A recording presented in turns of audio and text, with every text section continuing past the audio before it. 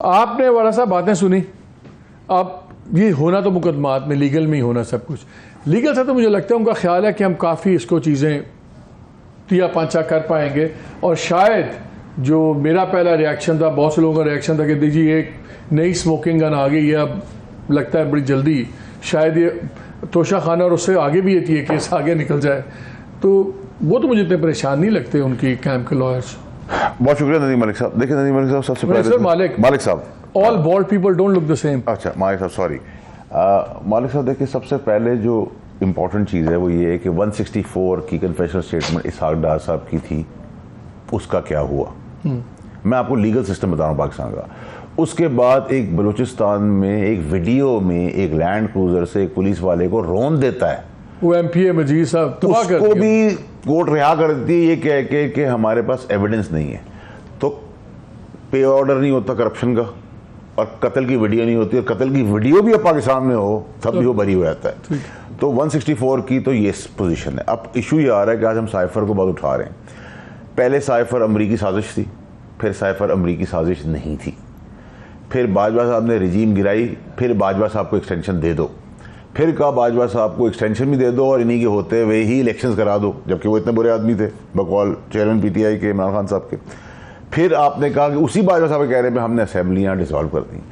और जब ये साइफर की स्टोरी बन रही थी तो इसमें भूलें ना कि असद उमर साहब और शाह महमूद साहब और दीगर भी तो मौजूद थे, ठीक है। तो ये एक आदमी का वन मैन शो नहीं था, ठीक है जी।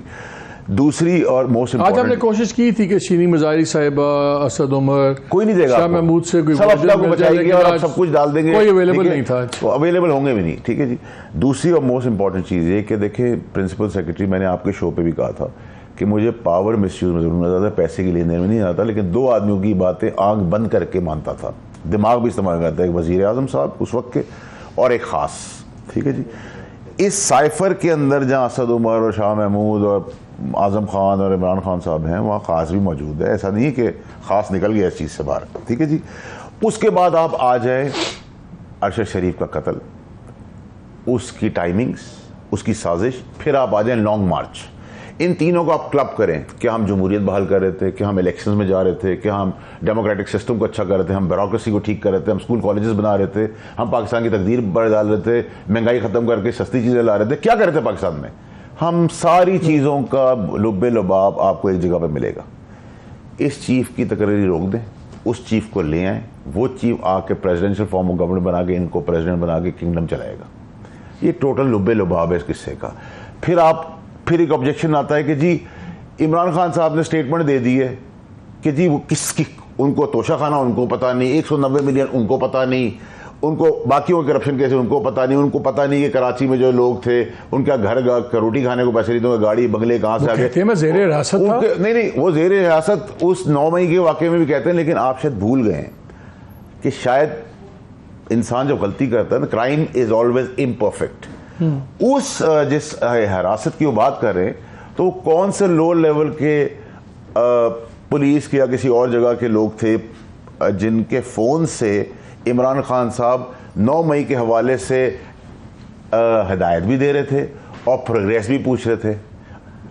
इसमें तो कोई दो राय नहीं है। और वो ज़ेरे हिरासत भी हैं वो लोग, और जिन लोगों को, जिन लीडरशिप को पकड़ा है, उन्होंने कन्फेशनल स्टेटमेंट भी दे दी है कि हमें हिदायत इमरान खान साहब की थी। उन्होंने वॉइस नोट और व्हाट्सएप ग्रुप की चीज़ें भी बता दी हैं। तो क्या आप ये कह देंगे कि 9 मई के वाक़यात में डायरेक्ट इंस्ट्रक्शन इमरान खान साहब नहीं दे रहे थे? बिल्कुल दे रहे थे, और जो हो रहा था उसकी अपडेट भी ले रहे थे उन लोअर लेवल। आप कह रहे हैं कि 9 मई को लोअर लेवल पुलिस या सिक्योरिटी के जो थे वहाँ पे कारिंदे वगैरह, कारिंदे थे ना, बहुत सारे, उनसे उनके टेलीफोन से उन्होंने किसको क्या कहा? यास्मीन राशिद साहिबा हैं, मुसरत चीमा साहिबा हैं, मुराद टाइप लोग हैं, हमाद टाइप लोग हैं, वो जो इजाज चौधरी है, महमूद रशीद साहब टाइप लोग हैं। इन सबसे वो क्या कह रहे थे क्या करने को, और वो क्या बता रहे थे अब तक की प्रोग्रेस नहीं। तो फिर अगर आप इतने ये कॉन्फ्रेंस से कह रहे हैं, तो क्या जिन लोगों ने ये किया है वो ज़ेरे हिरासत है, उनके फ़ोन सीज थे?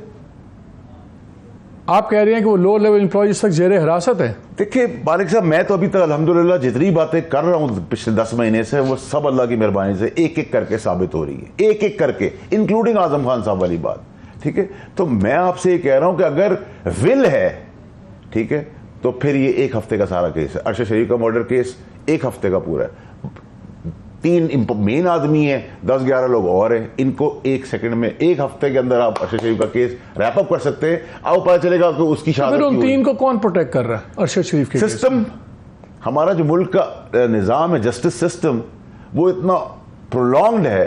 अब आप देखिए ना, cipher is not the end of the world. ये कोई ऐसा बहुत बड़ा वो साइफर तो आपको ये बताता है ये कि बात एक आपकी आदमी ठीक झूठ है, बोलता बिकॉज चला जा रहा मैं है। बताऊं, ये तो मैं आपको बताऊं, अरशद शरीफ शहीद के कत्ल के केस में सुप्रीम कोर्ट ने एक कमीशन बनाया हुआ उसके ऊपर। मैं भी उसमें जाके अपनी टेस्टमनी रिकॉर्ड करा के आया हूँ, और मैंने भी एक बहुत बड़ी शख्सियत का नाम लिया है कि इसको इन्वेस्टिगेट करें आप।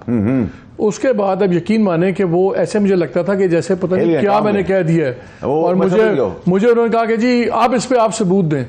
मैं क्या, मैं यही तो कह रहा हूँ भाई, उसको इन्वेस्टिगेट करो ताकि सबूत तुम दो। हमने अगर सबूत देना, हमारे पास तो रिसोर्सेज नहीं है, हम तो आपको एक पॉइंट पे कर सकते हैं, लेकिन उस पर भी कोई बात नहीं हो रही। अरशद शरीफ को इस मुल्क से निकलवाना, उसको दूसरे मुल्क पहुंचाना, फिर उस मुल्क से उधर पहुंचा के एक आदमी की इन्वॉल्वमेंट करा कर दुबई में, और उसके बाद ये पूरा पैरामीटर बनता है। उसकी टाइमिंग्स देखें, जिस वक्त उसके नमाज जनाजा हो रहा है उस दिन तहरीक शुरू हो रही है। लॉन्ग मार्च से, अरशद शरीफ के कत्ल से, इमरान खान की और फायरिंग से, साइफर से, आपने मुल्क के लिए क्या करने निकले थे? लेकिन आप मुझे बताएं, जो आपकी इत्तला है, अब ये जो सारी डेवलपमेंट्स हुई हैं, ये जो साइफर केस दोबारा, जैसे हमने कहा कि ये नई चीज़ इसमें बयानिया है उनका।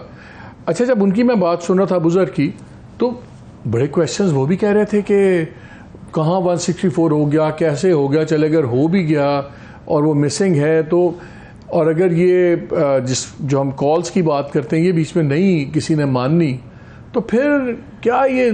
सर, वीडियो पे अदालत मानने को तैयार नहीं है, शवाहिद पे अदालत मानने को तैयार नहीं है, कत्लो गारत पे अदालत मानने को तैयार नहीं है, FIA करप्शन के केसेस बना के वापस 16 सितंबर के बाद मानेंगी। ठीक है, नैब केस बनाती है, अदालतें 16 बड़ी अदालतें 16 सितंबर के बाद मानेंगी। देखिए मोहम्मद मालिक साहब, इस मुल्क में हमने एक इंसान को जेल से प्रेसिडेंसी जाते देखा है, और एक प्राइम मिनिस्टर को तख्त फांसी के फंदे पर चढ़ते देखा है। तो इस मुल्क में कोई सिस्टम कोलैप्स हो गया है, और कोलैप्स करने वाले यही वो सारी शक्लें हैं जो आपको लीडरशिप नज़र आती हैं। प्रॉब्लम सारा ये है कि ये शुरू कहाँ से सिचुएशन हुई। पहले पीपल्स पार्टी ने कहा हम ईंट सेंट बजाएंगे, उसको इग्नोर कर दिया इदारे ने। उसके बाद नून लीग ने नाम लेना शुरू किया, उसको इग्नोर कर दिया। तो बताने वाले ने उनको ये समझाया कि तुम इससे और आगे जाओ। जितना वैनम ज़बान से और एक्शन से इमरान खान साहब ने कर दिखाया है, उतना ही वैनम PDM के अंदर भी है। सिर्फ फ़र्क ये कि ट्रे में सारा काम इमरान खान साहब ने करके उनको दे दिया। ठीक है, खुश वो भी बहुत है अंदर से। ऐसा नहीं कि एस्टैब्लिशमेंट के लिए बुक्स वो नहीं रखते, वो भी इतना ही जहर रखते हैं।